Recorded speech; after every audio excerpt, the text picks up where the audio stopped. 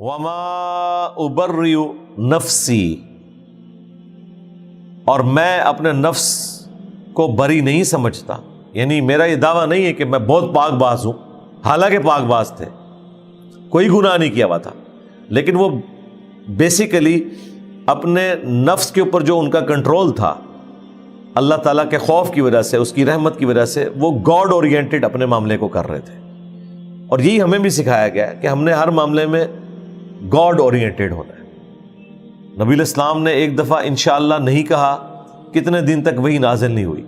پھر سورۃ الکہف میں آیت نازل ہوئی کہ اے نبی کبھی بھی ایسا نہ ہو کہ آپ کسی معاملے میں یہ کہیں کہ کل یہ میں کام کروں گا اور انشاءاللہ کہنا آپ بھول جائیں. یہ نہیں ہونا چاہیے. اسی طریقے سے کوئی اچھی چیز دیکھ کر ماشاء اللہ کہنا، سبحان اللہ کہنا، الحمدللہ کہنا، لا حول ولا قوت الا باللہ کہنا، یہ اللہ تعالیٰ کے پیغمبروں اور نیک بندوں کی نشانی ہے کہ ہر معاملے میں اللہ تعالیٰ کی طرف خوبی کو منسوب کرتے ہیں اور ہر برائی کو اپنے نفس کی طرف منسوب کرتے ہیں. وما ابرئ نفسی، اور میں اپنے نفس کو قطعاً نہیں کہتا کہ وہ کسی اعتبار سے بری الذمہ ہو سکتا ہے. ان النفس لامارۃ بالسوء، بے شک نفس تو ہمیشہ برائی کی طرف مائل کرتا ہے. الا ما رحم ربی، بے شک سوائے اس کے کہ جس پر میرا رب رحم فرمائے، اس کے سوا کوئی رحم فرمانے والا نہیں ہے. جب تک وہ رحم نہ فرمائے کوئی بھی اپنے نفس کی برائی سے بچ نہیں سکتا. ان ربی غفور الرحیم، بے شک میرا رب بخشنے والا اور رحم فرمانے والا ہے.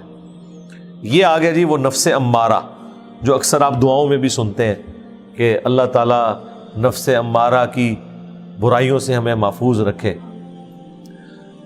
نفس امارہ، نفس لوامہ اور نفس مطمئنہ، یہ تین نفوس کا ذکر قرآن میں ہے. اور اکثر صوفیاء کے ہاں نا یہ بحثیں ہو رہی ہوتی ہیں، بتائیں جی نفس کی کتنی اقسام ہے، اور پھر وہ قرآن پاک سے یہ چیزیں اٹھاتے ہیں. نفس ایک ہی ہے، اس کی یہ تین حالتیں ہیں.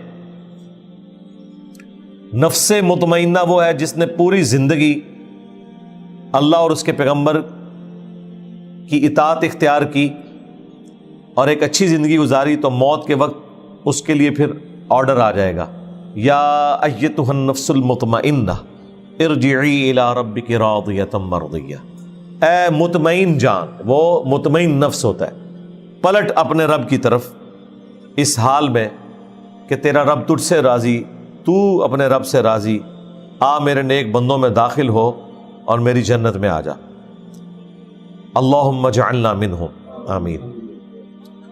اور دوسری ایکسٹریم کے اوپر وہ ہے نفس لوامہ، جو سورۃ القیامہ میں بھی اللہ تعالیٰ نے ذکر کیا کہ قیامت والے دن وہ اپنے آپ کو ملامت کر رہا ہوگا کہ میں نے دنیا کے اندر کیوں نہیں وقت کے پیغمبر کی دعوت کو قبول کیا.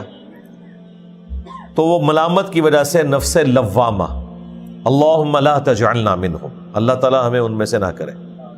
اور ایک یہ نفس کی حالت ہے جو تھرو آؤٹ آپ کی زندگی میں چلتی ہے کہ نفس برائی کی طرف مائل کرتا ہے اور شیطان اس میں پھونکے مارتا ہے. اللہ تعالیٰ نے اسے بیلنس کیا ہے. صحیح مسلم میں حدیث ہے کہ ایک جن اور ایک فرشتہ اٹیچ کر دیا ہے. جن برائی کی طرف بلاتا ہے وہ شیطان، اور فرشتہ اچھائی کی طرف. ایک صحابی نے جرت کر کے پوچھا یا رسول اللہ آپ کے ساتھ بھی؟ آپ نے فرمایا ہاں میرے ساتھ بھی ہے، لیکن اللہ تعالیٰ نے اسے مطیع کر دیا، تو میرے ساتھ جو اٹیچ شیطان تھا، جن تھا، وہ مطیع ہو گیا، یعنی مسلمان ہو گیا، وہ مجھے اچھائی کی طرف ہی بلاتا ہے. لیکن نبی علیہ السلام کے بعد کسی شخص کے لیے بھی ایسی گارنٹی نہیں ہے. تو نفس نے برائی کی طرف ہی آمادہ کرنا ہے. ایک تو وہ جن ہے، پھر فی نفسی جو نفس ہے، انسان کا نفس خواہشات کے ساتھ گندا ہوا ہے. اللہ تعالیٰ نے اٹریکشن رکھی ہے نفس کے لیے. بخاری اور مسلم دونوں میں حدیث ہے کہ اللہ تعالیٰ نے جنت کو ناگوار چیزوں سے ڈھانپ رکھا ہے اور جہنم کو خوشگوار چیزوں سے ڈھانپ رکھا ہے. یعنی ہر وہ چیز جو طبیعت کو لبھاتی ہے، اچھی لگتی ہے، وہ جہنم کی طرف لے جانے والی ہوتی ہے. الا یہ کہ جسے خوف خدا ہو تو اسے تو پھر مشکل اعمال کرنا بھی آسان ہو جاتا ہے، لیکن عموماً برائی کے اندر اللہ نے لذت رکھی ہے۔ تو جنت کو ناگوار چیزوں سے ڈھانپ رکھا ہے۔ ناگوار چیز کیا؟ رزق حلال کمانے کی تکلیف، مشکل کام ہے۔ گرمیوں میں روزے رکھنا، روزانہ 5 وقت نماز پڑھنا، غسل کی تکلیف، بال بچوں کی معیشت والا معاملہ، یہ تکلیف، ہر معاملے میں تکلیف کے ذریعے ہی آپ اللہ تعالیٰ کو اوبے کرتے ہیں۔ تو یہ اللہ تعالیٰ نے ظاہر ہے کہ وہ ناگوار چیز ہے، لیکن جنت کی طرف لے جانے والی۔ اور ہر برائی کا کام جو خوشگوار نظر آتا ہے وہ جہنم کی طرف لے جانے والا ہے، کیونکہ اللہ تعالیٰ نے جہنم کو شہوات کے ساتھ ڈھانپ دیا ہوا ہے۔ فوراً یہ سمجھ لیں، جس کو ہم پنجابی میں کہتے ہیں کڑگا لگا ہوا ہے، یہ ایک کھٹکا ہے جس کے اندر انسان گر جاتا ہے اور مبتلا ہو جاتا ہے۔ اسی کو سپورٹیو حدیث ہے نا ابو داؤد، ترمذی میں، سنن نسائی کے اندر، کہ نبی علیہ السلام فرماتے ہیں کہ اللہ تعالیٰ نے جب جنت کو پیدا فرمایا تو جبرائیل علیہ السلام سے کہا کہ جا کے ذرا جنت دیکھو۔ انہوں نے جب جنت کی نعمتوں کو دیکھا تو اللہ تعالیٰ سے آ کے عرض کی، اے اللہ تیری عزت کی قسم، کوئی بھی ایسا نہیں ہوگا جو تن من دھن نہیں لگا دے گا اس جنت میں پہنچنے کے لیے۔ اللہ تعالیٰ نے فرمایا اچھا اب ذرا جنت کو جا کے دیکھو، اور اللہ تعالیٰ نے جنت کو ناگوار چیزوں سے ڈھانپ دیا، ان مشقتوں سے، ان مشقتوں کو عبور کر کے جنت تک پہنچو گے۔ جبرائیل علیہ السلام جب واپس آئے، انہوں نے کہا کہ یا اللہ، یہ جتنی تو نے آزمائش رکھی ہے نا، مجھے نہیں لگتا کہ کوئی جنت میں پہنچنے میں کامیاب ہوگا۔ یہ جبرائیل علیہ السلام یعنی فرشتوں کے سردار اور فرشتوں کے پیغمبر، یہ ان کا فتویٰ ہے، اس کا مطلب ہے کوئی ہلکا معاملہ نہیں ہے۔ پھر اللہ تعالیٰ نے کہا کہ جاؤ جہنم کو دیکھو۔ جہنم کو دیکھا، اس کے عذابات کو دیکھا، تو جبرائیل علیہ السلام نے کہا کہ یا اللہ تیری عزت کی قسم، مجھے نہیں لگتا کہ کوئی شخص بھی کوئی ایسا عمل کرے کہ وہ اس عذاب میں جانے کے لیے تیار ہو۔ پھر اللہ تعالیٰ نے جہنم کو شہوات سے، خوشگوار چیزوں سے ڈھانپ دیا، اور جبرائیل علیہ السلام سے کہا کہ اب ذرا جائیں نا۔ اب جب جبرائیل علیہ السلام گئے اور واپس آئے تو اللہ تعالیٰ نے فرمایا ہاں اب سنا۔ انہوں نے کہا یا اللہ مجھے نہیں لگتا کوئی بھی شخص جہنم میں جانے سے بچ سکے گا، جتنا اٹریکٹ فل تو نے جنت کو بنا دیا۔ اب دیکھیں یہ جہنم جو اللہ تعالیٰ نے اتنی اٹریکٹ فل بنائی ہے، دنیا میں وہ چیزیں حرام کر دی ہوئی ہیں، لیکن آخرت میں جنت میں پہنچ کے وہی چیزیں انعام بھی ہیں جن سے دنیا میں روکا گیا تھا، وہی چیزیں انلمیٹڈ انعام کی شکل میں۔ اس کا مطلب ہے کہ یہ جو روکنا ہے، یہ ایک زندگی کا 50 سال کا، 60 سال کا، کسی کے لیے 70 سال کا، اس میں سے بھی پہلے 20-25 سال تو ویسے ہی نکال دیں، ہوش ہی نہیں ہوتی بندے کو۔ یہ چند سالوں کا روزہ ہے، اور اس کے بعد ہمیشہ کی افطار ہے۔ لیکن بہت کم لوگ ہیں جو یہ روزہ توڑنے سے بچ سکتے ہیں، اور جنہوں نے یہ روزہ رکھ لیا تو آخرت میں ہمیشہ کی کامیابیاں ان کا مقدر ہونے والی ہیں۔ دنیا جو اللہ کی مرضی کی گزارے گا، آخرت پھر وہ اپنی مرضی کی گزارے گا، اور جو دنیا اپنی مرضی کی گزارے گا، آخرت پھر اللہ کی مرضی کی ہوگی، والعیاذ باللہ تعالی جہنم اس کا مقدر ہوگی۔ اللہم لا تجعلنا منہم، اللہم اجرنا من النار، اللہم انا نسألک جنت الفردوس مع النبیین والصدیقین والشہداء والصالحین۔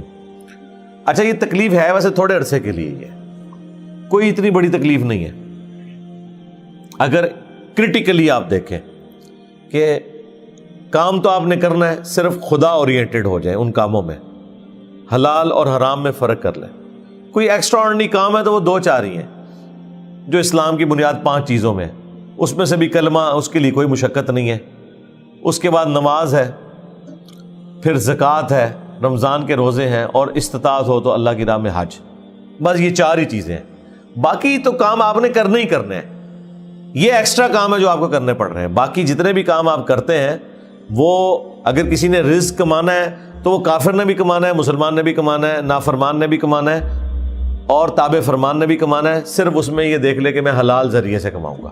کرنا تو ہے اس نے سارا کچھ، ہاں جو اصل مشکل کام ہے وہ گناہوں سے بچنا ہے، لیکن اس میں دیکھ لیں گناہوں سے بچنے کے لیے صرف ایک فیصلے کی ضرورت ہے۔ نیکی کرنے کے لیے فیصلے کی ضرورت نہیں، صرف ایفرٹ پٹ کرنی پڑتی ہے۔ خالی فیصلہ کرنے سے تو کوئی فجر کے وقت اٹھ نہیں سکتا جب تک وہ اٹھے گا نہیں، لیکن گناہ سے بچنے کے لیے صرف فیصلے کی ضرورت ہے کہ نہیں کرنا، کوئی ایفرٹ نہیں پٹ کرنی پڑتی کہ جی آپ کو صبح اٹھ کے یہ کرنا پڑے تو پھر آپ گناہوں سے بچیں گے۔ بس ایک فرم سا فیصلہ چاہیے کہ میں نے یہ نہیں کرنا اور پیچھے ہٹ جائیں اس سے۔ نیکی کو کرنے کے لیے ایفرٹ پٹ کرنی پڑتی ہے، ہاں گناہ سے بچنے کے لیے انٹلیکچوئل ایفرٹ ہے، وہ ایک فیصلہ آپ نے کرنا ہے۔ اس فیصلہ کرنے کے بعد اللہ تعالیٰ کی مدد ہے آپ کے ساتھ انشاءاللہ تعالیٰ، اگر کوشش کریں گے۔ باقی ظاہر ہے کہ تکلیف تو ہے، صحیح مسلم میں حدیث ہے کہ دنیا مومن کے لیے قید خانہ ہے اور کافر کے لیے جنت ہے۔ تو ظاہر ہے کہ جنت اسی لیے ہے کہ اس کے لیے کوئی پابندی نہیں، اپنی مرضی کی زندگی گزار سکتا ہے۔ تو جب اللہ نے خود مانا ہوا ہے کہ یہ قید خانہ ہے، تو قید خانے میں تو پھر آپ کو اتنا کچھ ہی ملے گا جتنا ایک جیل کے اندر دیا جاتا ہے۔ جب رہائی ہوگی تو پھر انشاءاللہ تعالی ہمیشہ کی نعمتیں مقدر ہوں گی، اور ایسی نعمتیں ہوں گی کہ یہ قید خانہ انسان بھول جائے گا۔ صحیح مسلم میں حدیث ہے کہ قیامت والے دن اللہ تعالیٰ ایک مفلس شخص کو بلائے گا اور فرشتوں سے کہے گا کہ ذرا اسے جنت کا ایک پھیرا لگواؤ نا۔ وہ شخص جس نے دنیا بڑی مشکل میں کاٹی ہوگی، غربت کے اندر حلال اور حرام کی تمیز کر کے، ڈر ڈر کے، جنت کا ایک پھیرا جب لگے گا نا تو اللہ تعالیٰ اس سے پوچھے گا بھئی دنیا میں کوئی تکلیف تو نے دیکھی؟ وہ کہے گا اللہ تیری عزت کی قسم میں نے دنیا میں کوئی تکلیف نہیں دیکھی۔ وہ ایک پھیرا سب کچھ کافور کر دے گا۔ اور دنیا میں بھی ایسا ہوتا ہے، جو لوگ محنت کرتے ہیں ان کی اگر کالج میں یونیورسٹی میں پوزیشن آ جاتی ہے یا اچھی جاب مل جاتی ہے تو انہیں وہ پھر اپنی وہ تکلیف یاد نہیں رہتی ہے جو انہوں نے تکلیف اٹھائی ہوتی ہے تعلیم کے دوران۔ پھر اللہ تعالیٰ ایک خوشحال شخص کو بلائے گا جس نے دنیا میں بڑی عیاشی کی تھی، اور فرشتوں سے کہے گا ذرا ایک پھیرا لگواؤ نا، ایک سٹارٹر کے طور پہ پھیرا اس کو لگواؤ جہنم کا، جنت کا نہیں جہنم کا۔ جب وہ جہنم کا پھیرا لگا کے آئے گا دوزخ کا، اللہ تعالیٰ کہے گا بھائی کوئی دنیا میں کوئی خوشحالی تو نے دیکھی؟ وہ کہے گا تیری عزت کی قسم میں نے دنیا میں کوئی خوشحالی نہیں دیکھی۔ وہ جو خوشحالی اس نے دیکھی بھی تھی وہ بھی اس کو بھول جائے گی اس غم کے سبب کہ اچھا یہ میرا انجام ہونے والا تھا۔ تو یہ بڑا ایک کریٹیکل ایشو ہے۔ اس حوالے سے یوسف علیہ السلام کے یہ الفاظ کہ بے شک نفس تو برائی کی طرف آمادہ کرتا ہے سوائے اس کے کہ جس پہ میرا رب رحم کرے، اور بے شک میرا رب بخشنے والا مہربان ہے۔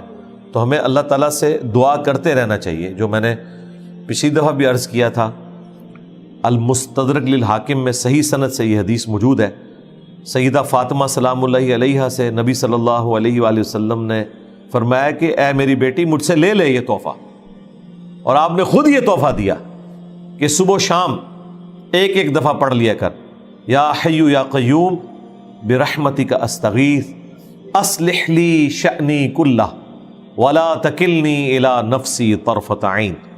اے خود سے زندہ، ہر چیز کو تھامنے والے، ہر چیز کو قائم رکھنے والے، اصلح لی شأنی کلہ، میرے تمام جو معاملات ہیں کام ہیں ان کی اصلاح فرما دے، ولا تکلنی الی نفسی طرفۃ عین، اور مجھے پلک جھپکنے کے برابر بھی میرے نفس کے سپرد نہ کرنا، تو نے ہی مجھے سنبھالنا ہے۔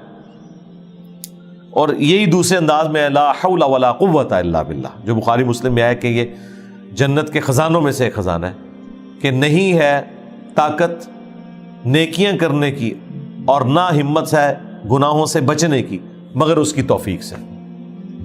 یہ حرز جاں بنا لے، اپنے آپ کو خدا کے سپرد کرے۔ تو نفس نے برائی کی طرف ہی آمادہ کرنا ہے، اس لیے کہ نفس کے اندر اٹریکشن ان چیزوں کی رکھ دی گئی ہے۔ البتہ اسے اوور کم کرنا ہے آپ نے، تو اس کے لیے وحی کی تعلیمات ہیں، اور اندر سے جو اچھائی کی آواز آتی ہے اور اندر گواہی دیتا ہے کہ یہ کام غلط ہے مجھے نہیں کرنا، وہ فرشتہ ہے جو آپ کو تھپکی دے رہا ہوتا ہے۔ اللہ تعالیٰ نے فَأَلْهَمَهَا فُجُورَهَا وَتَقْوَاهَا، برائی کا مادہ بھی ودیت کر دی ہے اور اچھائی کا بھی، یعنی برائی کی طرف اٹریکشن والا معاملہ اور برائی کرنے کی طاقت بھی دے دی ہوئی ہے، لیکن ساتھ ہی اچھائی کے حوالے سے بھی انسان کی انسٹنکٹ میں ڈال دیا ہے، وہ اچھائی اسے بتاتی ہے کہ یہ برائی کا کام ہے، تم نے اس سے بچنا ہے۔ لیکن ظاہر ہے کہ بچے گا وہی جو کوشش کرے گا۔ اللہ تعالیٰ نے اپنے پیغمبروں کے ذریعے، کتابوں کے ذریعے حق کا حق ہونا اور باطل کا باطل ہونا بتا دیا ہے۔